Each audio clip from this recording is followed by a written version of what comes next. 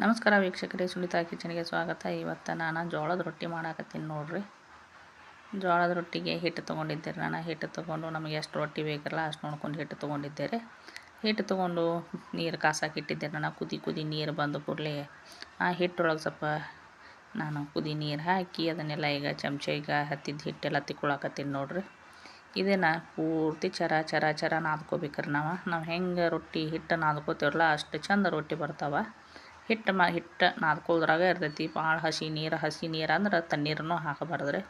ಪೂರ್ತಿ ನಾನು ಬಿಸಿನೀರನ್ನಾಗ ನಾದ್ಕೋತಾನಂತೇಳಿ ಬಿಸಿನೀರನ್ನು ಹಾಕಬಾರ್ದ್ರಿ. ಈಗ ರೊಟ್ಟಿಗೆ ಹಚ್ಚಾಕಂಥೇಳಿ ನಾನು ಒಂದು ಅರಿವಿನ ತೊಗೊಂಡಿಟ್ಕೊಂಡೇನು ನೋಡ್ರಿ. ನೀರಾಗ ಹಾಕಿ ರೊಟ್ಟಿಗೆ ನೀರು ಹಚ್ಚಾಕಬೇಕಾರೆ ಈಗ ನೋಡ್ರಿ ಎಷ್ಟು ಚಂದಾಗಿ ಹಿಟ್ಟು ಚರ ನಾದ್ಕೋಬೇಕು.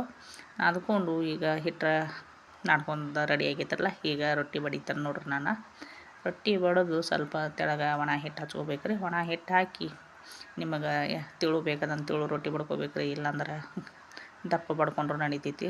ಈಗ ನೋಡ್ರಿ ನಾನು ತೆಳಗೆ ಸ್ವಲ್ಪ ಹಿಟ್ಟು ಹಾಕಿದ್ದೇನೆ ರೀ. ಸ್ವಲ್ಪ ಹಿಟ್ಟು ಹಾಕಿ ಸ್ವಲ್ಪ ಕೈಗೆ ನೀರು ಹಚ್ಕೊಂಡು ತಿಳುವಾಗಿ ರೊಟ್ಟಿ ಬಡಿಯಾಕತ್ತೀನಿ ನೋಡ್ರಿ. ನಾನು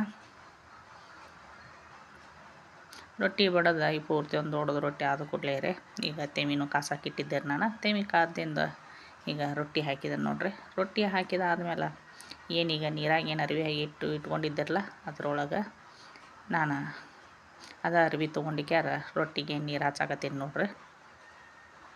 ಪೂರ್ತಿ ಭಾಳಷ್ಟು ರೊಟ್ಟಿಗೆ ನೀರನ್ನು ಹಚ್ಚಬಾರ್ದ್ರಿ. ಕಡಿಮೆ ಹಚ್ಚಿಕ್ಯಾರ ತೆಳಗ ಮೇಲೆ ರೊಟ್ಟಿ ಬೇಯಿಸ್ಕೋಬೇಕ್ರಿ.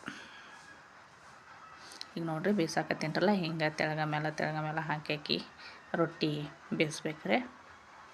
ನೀವು ಅರಿವಿಲೆ ಒತ್ತನಂದ್ರೆ ಅರಿವಿಲೆ ಒತ್ತಿದ್ರು ನಡಿತೈತೆ. ಕೈಲೇ ಒತ್ತಿದ್ರು ನಡಿತೈತೆ. ನಮಗೆ ರೂಢ ಆಯ್ತಲ್ಲ, ನಾನು ಕೈಲೇನ ಒತ್ತೀನಿ ರೀ. ಅರಿವಿಯಾಗಿದ್ವಿ ತೊಗೊಳಂಗಿಲ್ಲ ರೀ ನಾನು.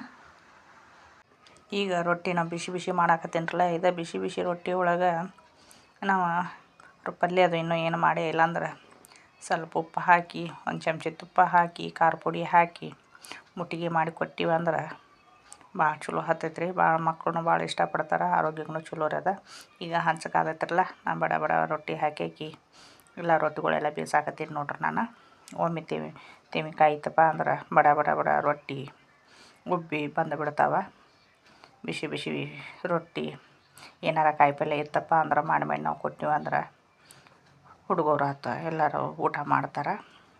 ಒಟ್ಟು ರೊಟ್ಟಿ ಮಾತ್ರ ಬಿಸಿ ಹೋಗ್ಬೇಕು ನೋಡ್ರಿ. ತಂಗಳು ರೊಟ್ಟಿದ್ದು ಅಂದ್ರೆ ತಿನ್ನಾಕ ನಾಯಕ ಅಂತಾರೆ.